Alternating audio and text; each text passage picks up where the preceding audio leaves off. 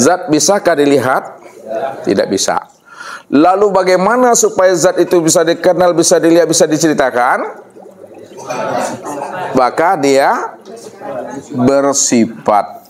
Oleh karena itu, sifat ini apa bagi zat? Sifat ini kenyataan zat. Oh dia. Kalaulah sifat itu kenyataan zat, ya, patrikalah ke dalam hati ini, sifat inilah sebenar-benarnya zat itu. Itulah maknanya az-zatu wasifatu wahid. Ulang lagi. Apa artinya tuh, Rahmi? Alhamdulillah, beruntung aja Pak Kari dapat Rahmi. Az-zat wasifatu wahid, zat dengan sifat itu esa dia. Makanya untuk memandang zat, pandang kepada sifat. Sifat inilah kenyataan zat. Kalaulah sifat itu kenyataan zat, maka sifat itulah sebenar-benarnya zat itu. Jadi ketika kita memandang sifat, yang terpandang siapa? Zat. Yang terpandang zat yang sebenar-benarnya itu. Ya. Siapa yang tidak mampu memandang zat pada sifat, apa namanya Pak Azam? Butuh sange dah sudah. Benar-benar buta. Jadi yang dikatakan sifat itu adalah nur. Itu dia tuh. Kenapa yang dikatakan sifat adalah nur? Karena si nur ini adalah pancaran tajali bahagian daripada diri zat. Wa ja'alu lahu min ibadi juz'an, bahwa dirimu itu adalah bahagian daripada aku. Allah. Contoh lagi, ini biar lebih mantap lagi.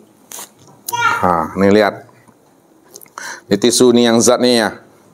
Gak bisa disebut dia kan, gak bisa dikenal. Kosong aja dia. Lihat.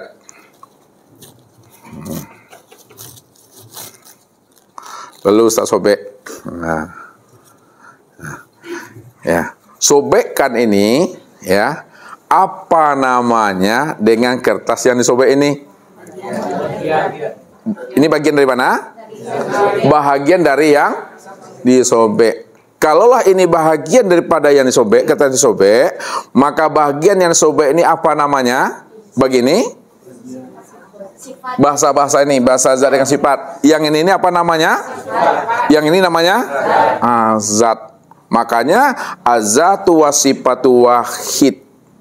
Zat dengan sifat itu esa dia. Ya, satu. Maka sifat inilah yang disebut namanya nur. Aku ingin mengenal diriku. Karena aku ingin mengenal diriku, aku zahirkan diriku. Aku tajalikan diriku. Ini dia, tajali dia tuh. Supaya tajali diriku ini, dia bisa mengenal akulah sebenar-benarnya yang nyata, yang wujud, yang jelas pada dirinya. Dirinya itu aku. Ini yang katakan bahagian tuh. Itu yang nur. Nur ini yang katakan bahagian diri Tuhan. Nur ini yang katakan pancaran diri zat. Ya, nur inilah sebenar-benarnya kenyataan zat itu yang sesungguhnya. Karena dia cuma yang ada. Kalau Bapak Ibu udah paham, naik kita lagi sini. Ketika kita dah paham bahwa untuk memandang zat, memandang Tuhan pandangnya pada nur, ya, maka nur ini benar-benar Bapak Ibu nyata dia pada sekalian alam, nyata dia pada sekalian yang wujud, nyata dia pada sekalian yang ada ini dalam bentuk rupa yang berbeda, wujud yang lain. Rupanya untuk memandang nurnya ilahi atau tempat memandangnya Nur Muhammad itu, memandangnya itu kepada sekalian alam nih.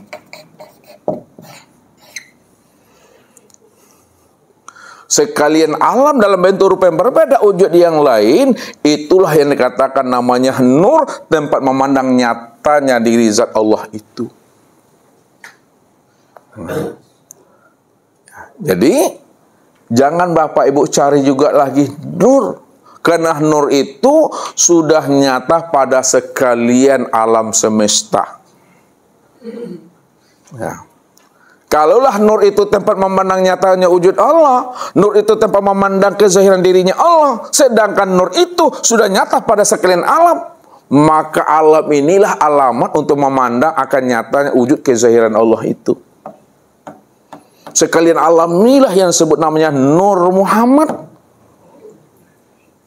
Karena Nur Muhammad itu dikatakan tadi tempat memandang nyatanya akan wujud Allah. Sekarang Nur Muhammad tempat memandang nyatanya wujud diri Allah sudah zahir pada sekalian alam semesta. Namun kesempurnaan memandang akan wujud kezahiran nyatanya akan diri Allah pada sekalian alam semesta, itulah nyata sempurnanya pada insan. Insan inilah sebenarnya tempat memandang kesempurnaan nyatanya akan wujud diri Allah. Ya. Kalau kita sudah paham bahwa insan itulah kesempurnaan untuk memandang nyatanya akan wujud diri Allah, disitulah kita bisa memahami siapa insan itu yang sebenarnya.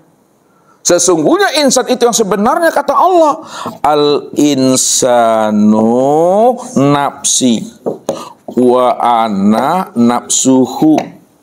Insan itu adalah diriku dan akulah dirinya insan itu. Insan itu diriku, aku yang insan tuh. Atau dikatakan juga al-insanu siri wasiri sifati wasifati la ghairi. Al-insanu siri wasiri sifati wasifati la ghairi. Insan itu rahasiaku, rahasiaku itu sifatku, sifatku itu tiada lain adalah aku. Atau dikatakan juga al-insanu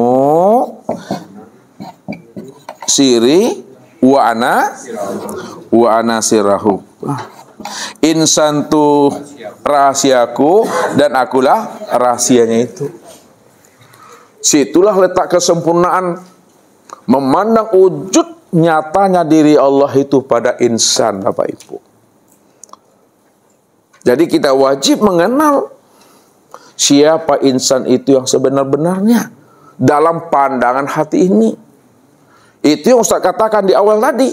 Dalam bahasa Thariqat, hapuskan sekalian alam dan lenyapkan sekalian diri dalam pandangan hati. Dalam pandangan hati. Kalau sudah hapus sekalian alam, sudah lenyap sekalian diri dalam pandangan hati, maka nyatalah senyata-nyatanya Allah itu pada sekalian alam, dan nyata pula lah Allah itu secara sempurna pada sekalian diri. Kenapa? Karena memang dialah yang wujud berdiri dengan sendirinya. Tidak ada diri yang lain lagi sana. Ketika itu Bapak Ibu sudah menyaksikan Allah pada maqam Sidratul Muntaha. Nah, ini Bapak Ibu sudah menyaksikan Allah itu ya pada maqam Sidratul Muntaha.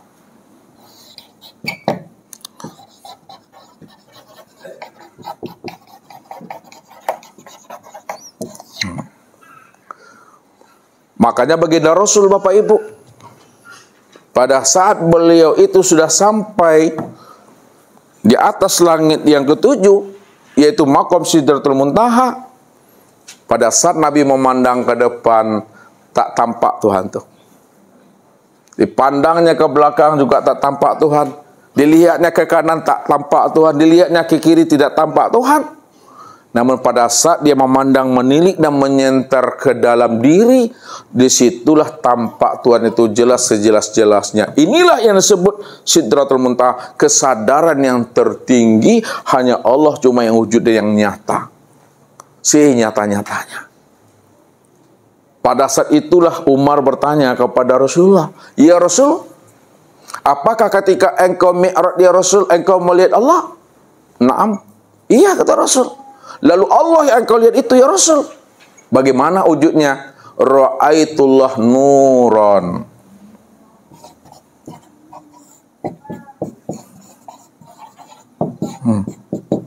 Ra'aitullah. Aku melihat Allah itu nur. Maka nur itu maknanya, jangan Bapak Ibu terjemahkan dengan cahaya. Lihat, nur ini jangan diartikan dengan cahaya. Tapi pahamilah maknanya, nur itu maknanya adalah terang. Itu maksudnya tuh. Terang itu maksudnya jelas. Jelas itu maksudnya nyata. Nyata itu maksudnya wujud. Jadi segala yang wujud, segala yang nyata, segala yang jelas, segala yang terang, itu adalah nur, tempat memandang wujud nyatanya diri Allah itu. Maka disitulah Allah mengatakan, Allah nurus samawati wal.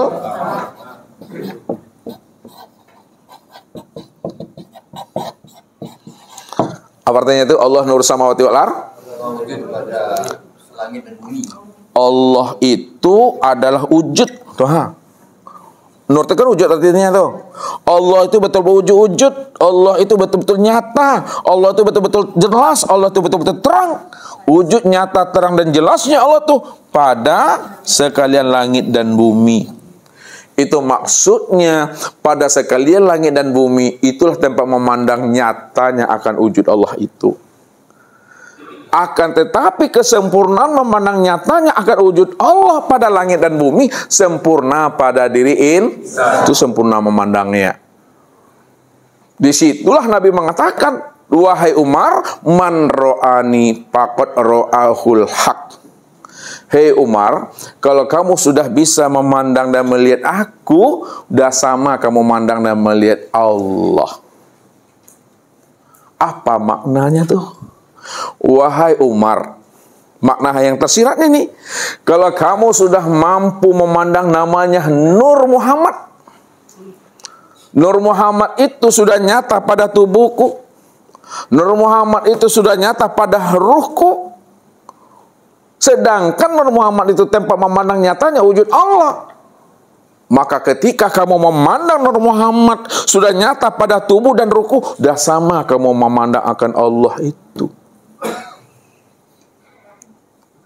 Disitulah terbukanya rahasia diri Rasulullah itu.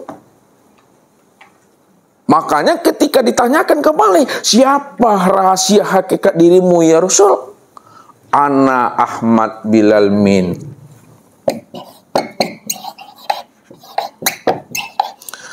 Ana Ahmad Bilal Min. Apa artinya nih? Aku adalah Ahmad, tidak memakai huruf mim. Kalau Ahmad dihilangkan huruf mimnya nih, apa bunyinya lagi? Ahad. Ahad. Siapa Ahad itu? Ahad itu adalah Allah. Allah itu yang Ahad, Allah itu yang Esa, Allah itu yang tunggal. Maka untuk memandang Ahadnya Allah, untuk memandang Esa dan tunggalnya Allah, pandanglah itu kepada insan. Sempurnanya Ahad dan tunggalnya Allah pada insan, itulah Nabi Muhammad sallallahu alaihi wasallam. Walaupun pada diri Bapak Ibu bukanlah Nabi dan Rasul, tidak mendapat mukjizat, ya, akan tetapi diri Bapak Ibu juga bahagian daripada dirinya juga tuh. Itu yang dimaksudkan waja'alulahu min ibadi juz'an itu. Bawah dirinya kita juga bahagia daripada dirinya Tuhan itu yang sebenarnya. Contoh, ini gelas. Ketika gelas ini Ustaz lambungkan ke atas, pas sampai ke bawah Bapak Ibu pecah dia. Pecahannya ada yang 4 meter. Pecahan gelas itu ada yang 3, ada yang 2, ada yang 1. Pertanyaannya, pecahan gelas yang 4 meter, 3 meter, 2 meter, dan 1 meter itu adalah bahagian daripada gelas itu sendiri. Itu maknanya. Alam, matahari, bumi, bintang, tumbuh-tumbuhan, manusia dan sebagainya itu adalah pecahan, itu adalah bahagian daripada dirinya juga di situ. Begitulah kita memandang suhudul wahda fil kasrah itu. Memandang wujud yang satu pada wujud yang banyak. Bahwa wujud yang satu itu betul-betul sudah nyata pada segala yang banyak ini. Suhudul kasrah fil wahda, segala yang banyak itu, itulah kenyataan nyatanya diri yang satu itu yang sebenar-benarnya. Tidak ada di siapa-siapa Bapak Ibu. Ini yang dikatakan oleh Rasul kepada Umar itu. Nah, kalau kamu sudah bisa memandang aku, wahai Umar, dah sama kamu memandang Allah. Itu maknanya, siapa yang sudah mampu mengenal Nur Muhammad. Nur Muhammad itu sudah nyata pada diri Bapak Ibu. Sudah jadi tubuh, sudah jadi ruh. Ketika itulah Bapak Ibu sudah mampu mengenal, bermusyahadah dan berlikuk dengan Allah itu. Rupanya Allah yang kita cari selama itu dan selama ini, itu tiada lain sudah nyata pada diri masing-masing. Walaupun Ustaz mengatakan sudah nyata pada diri masing-masing, namun diri masing-masing bukanlah kenyataan diri Bapak Ibu. Akan tetapi nyatanya akan dirinya Allah, akan nyatanya dirinya Allah itu. Pada saat itulah Nabi mengatakan, man arafallahu kala lisanahu. Ini dia penutupnya sini. Man arafallahu kala lisanahu. Nah, siapa yang telah mengenal akan Allah, Allah itulah diri yang awal, Allah itulah diri yang akhir, Allah itu diri yang zahir, Allah itu diri yang batin, Allah itu diri yang wujud. Pada segala alam dalam bentuk rupa yang berbeda wujud yang lain, hanya dialah dia itu kala lisanahu. Ketika itu keluhlah lidah Bapak Ibu. Keluh itu maksudnya tak ada lagi kata yang terkatakan. Maksud kata yang tidak terkatakan lagi, hanya dia segala-galanya. Yang menyebut dengan yang disebut dia datudah. Yang memandang dengan yang dipandang dia. Dialah yang menyaksikan akan dirinya sendiri. Itu maksudnya. Maka orang yang sudah sampai kepada maqam ma'rifat, tidak ada batas, tidak ada tabir, tidak ada hijab antara yang menyembah dengan yang disembah, antara yang menyebut dengan yang disebut, antara yang mengenal dengan dikenal. Tidak ada hijab dan batas lagi di situ. Karena dialah satu-satunya itu. Bahasa Faedi, buliknya lebih bisa digolongkan, picaklah bisa dilayangkan tuh. Udah mantap hati itu dah. Tuh memahaminya. Inilah jalan mengenal Allah itu melalui namanya nur, paling mudah Bapak Ibu. Jadi jangan dikatakan Allah itu gaib juga lagi. Jangan dikatakan Allah juga batin lagi. Kalau dikatakan gaib dan batin, katakanlah diri Bapak Ibu inilah yang gaib, diri Bapak Ibu itulah yang batin. Yang nyata dan yang wujud, yang terang dan yang jelas itu tiada lain adalah Allah Subhanahu wa taala. Yang disebut Rabbul Izzati itu. Ya, Tuhannya zat, itu maksudnya. Yang Tuhan itu yang zat itu. Yang tidak bisa disebut, tidak bisa dikenal, itulah dia. Kalau udah kenal Bapak Ibu, jangan lagi disebut-sebut. Jangan lagi dibilang-bilang. Kenapa tidak lagi disebut dan tidak bilang? Karena memang di Bapak Ibu nggak pernah ada. Orang tidak ada bisa nak ngomong? Nggak ada. Itulah maknanya man arafa rabbahu fasadal jasad. Nah, ke sini arahnya Bapak Ibu. Man arafa rabbahu fasadal jasad. Siapa yang telah mengenal Rabb-nya, lihat. Siapa yang telah mengenal Allah, Rabb-nya, Allah itu yang wujud nih, maminya. Allah yang sama. Allah yang basar. Allah yang kalam. Allah yang ilmu. Allah yang kudrat. Allah yang iradat. Allah yang hayat. Ya, Allah yang awal. Allah yang akhir. Allah yang zahir. Nah, Allah yang batin. Ya. Fasadal jasad. maka ketika itu fana dirimu, fana. Hancur dirimu, lebur dirimu, sirna dirimu, binasa dirimu, mati dirimu, hapus dirimu. Kalau diri Bapak Ibu telah fana, hancur, lebur, binasa, ya, kemudian hapus, kemana hapusnya? Kemana leburnya? Kemana hancurnya? Benar-benarlah fana diri ibu itu ke dalam wujudnya. Kalau udah fana wujud kita ke wujudnya, maka nyatalah dialah yang wujud tuh. Udah fana pendengar kita kalau sami'nya, maka dialah yang benar-benar mendengar tuh. Kalau sudah fana basor kita kalam basornya, dialah yang benar-benar basor tuh. Kalau udah fana kalam kita kalam kalamnya, dialah yang benar-benar berkalam tuh. Kalau udah fana hayat kita ke dalam hayat, dialah yang benar-benar hayat tuh. Tidak ada diri siapa-siapa lagi di sana. Sudah terang dan nyata ada Allah itu. Tidak ada siapa-siapa lagi di situ. Inilah maksudnya diri yang fana itu. Apa kata Allah? Innal abdi iza ahbabtuhu qataltuhu fa iza qataltuhu anadiyatahu. Sesungguhnya hambaku, apabila dirinya itu telah fana wujudnya, telah fana pendengarannya, telah fana penglihatannya, telah fana kalamnya, telah fana ilmunya, telah fana hayatnya, wa ana dia tahu, akulah pengganti daripada diri yang fana itu.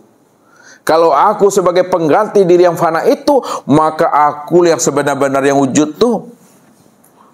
Aku yang sebenar-benar sama, basar, kalam, ilmu, kuda, iradat, dan hayat, awal, akhir, zahir, dan batin, itu aku dah kata Tuhan. Nyatanya Tuhan di situ. Terang, jelas, sejelas-jelasnya. Maka inilah yang dikatakan oleh Nabi. Innakum satarana rabbakum iyana. Apabila dirimu telah fana hancur, disitulah kamu melihat dan memandang Allah itu benar-benar nyata dan terang sejelas-jelasnya. Kalau diri kita sudah mati, makanya orang yang matilah yang bisa memandang Allah itu yang nyata sebenarnya. Kalau dia belum mati keakuan dirinya, belum mati kesadaran dirinya, masih ada akunya tuh, maka selama itu dia tidak akan pernah mengenal dan menyaksikan Allah yang wujud dan yang nyata itu. Padahal Allah cuma yang ada. Inilah orang yang terhijab. Inilah orang yang terdinding. Dia terdinding karena dirinya sendiri. Maksudnya apa? Terdinding dengan keakuan dirinya. Ini yang diingatkan Allah kepada kita. Bila engkau adalah engkau, maka engkau tak kenal aku. Tapi bila engkau bukanlah engkau, pasti engkau kenal aku. Bila engkau adalah engkau, maka engkau tak kenal aku. Maksudnya, bila engkau merasa engkau yang wujud, engkau yang sama, engkau yang basar, engkau yang kalam, engkau yang ilmu, engkau yang kudrat, engkau yang rodat, engkau yang hayat, engkau yang awal, engkau yang akhir, engkau yang zahir dan yang batin, maka selama itu engkau tak akan pernah mengenal aku. Tapi bila engkau bukanlah engkau, bila engkau sudah menyadari bahwa diri engkau itu tiada, diri engkau itu tiada, diri engkau itu adalah tuli, diri engkau itu adalah buta, diri engkau itu adalah bisu, diri engkau itu adalah bodoh, diri engkau itu adalah lemah, diri engkau itu adalah papa, dan diri engkau telah mati. Ketika itu engkau mengenal akan aku, rupanya yang sebenar wujud dia aku, yang sebenar hidup dia aku. Barulah kita bisa mengatakan la haula wala quwata illa billah. Ini dia memahaminya.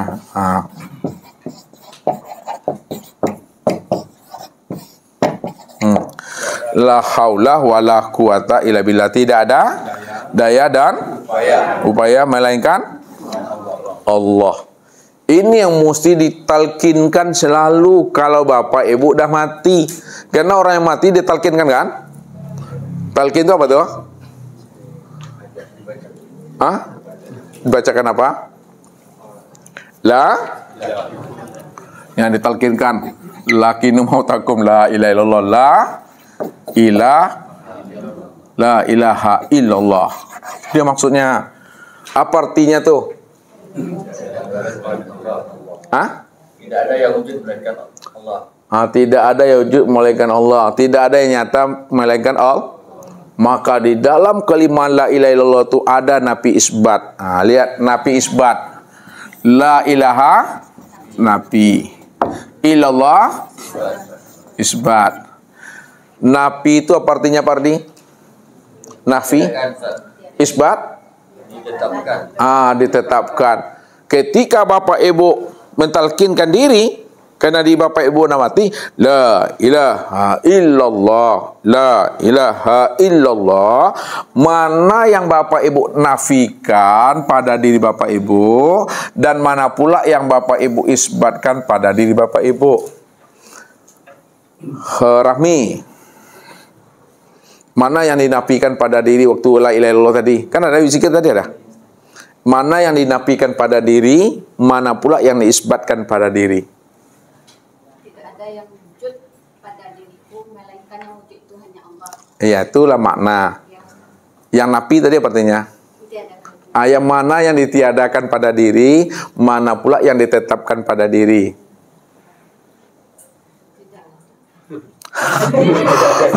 Bakarut kaning aku. Udah Dewi lagi. Mana yang dinafikan pada diri Dewi, mana pula yang diisbatkan pada diri Dewi. Mana yang ditiadakan? Nafi itu tiada artinya. Lupa. Sebelah ibu apa? Ibu Rita. Tidak ada yang nyata dan wujud pada kulit, daging, tulang, urat. Habis itu. Alhamdulillah, selesai khatam dah tuh dah. Itu maksudnya apa yang sampai ibu nih, selamat ibu nih. La ilaha yang dinafikan pada diri Bapak Ibu itu adalah tubuh dan nyawa atau ruh nih. Kalau dicencang kajinya kayak ibu tadi, tidak ada yang wujud dan yang nyata pada tubuhku, kulit, daging, urat, tulang, limpa, hati, jantung, rabu, empedu, buah punggung, ruh, sirku, baru isbatkan illallah.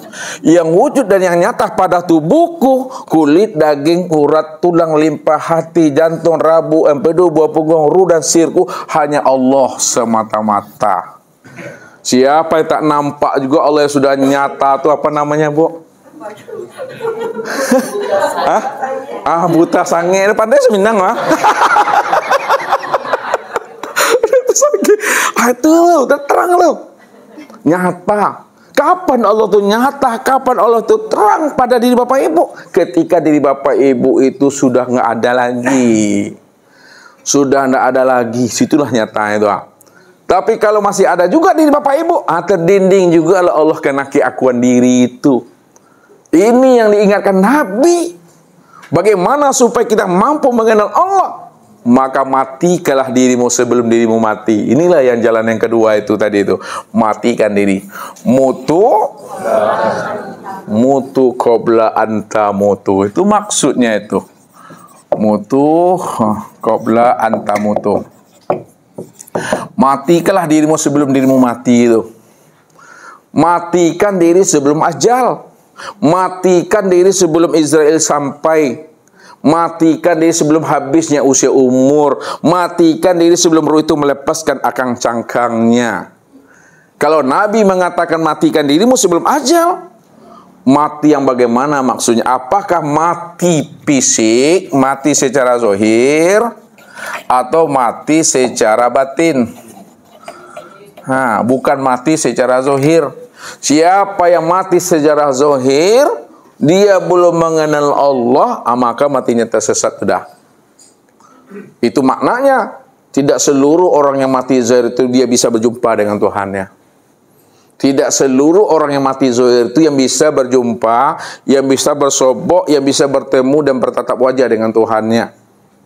Kalau sebelum mati zahirnya, dia belum mengenal Tuhan. Berarti yang dimaksud oleh Nabi, mati secara batinnya. Mati secara batin itu matikan kesadaran dirimu yang merasa ada. Keakuan itu maksudnya tuh ha. Jangan aden-aden jole. Jangan aku-aku juga lagi. Keakuan itulah yang dimatikan. Bagaimana cara mematikan keakuan itu? Itikad di dalam hati. Ya, dengan melafazkan kalimah la ilaha illallah. Nah, kalau disempurnakan bahasa ibu kita tadi itu, Borita tadi, ya, tidak ada yang wujud pada kulit, daging, urat, tulang, limpah, hati, jantung, rabu, empedu, buah punggung, ruh, dan sirih itu hanya Allah. Ketika itikad itu, la maujud bil haqqi ilallah, la sami'an bil haqqi ilallah, la basiran bil haqqi ilallah, la mutakalliman, la aliman, la qadiran, la muridan, la hayyan bil haqqi ilallah. Tidak ada yang wujud, tidak ada yang melihat, mendengar, berkata, mengetahui, berkuasa, berkehendak dan hidup yang sebenar-benarnya pada diriku hanya Allah semata-mata. Itu itikad. Bawalah ini kemana-mana. Maksudnya apa? Qiyaman wa qu'udan wa ala junubihim. Bagaimanapun keadaan kita, pada berdiri, pada duduk, pada berbaring, sadarilah sesadar-sadarnya bahwa yang wujud dan bersifat itu hanya Allah. Diri bapak ibu tidak wujud, diri bapak ibu tidak bersifat. Yang wujud dan bersifat itu hanya Allah. Inilah yang disebut namanya amal batin. Ini yang dikatakan amal daimun.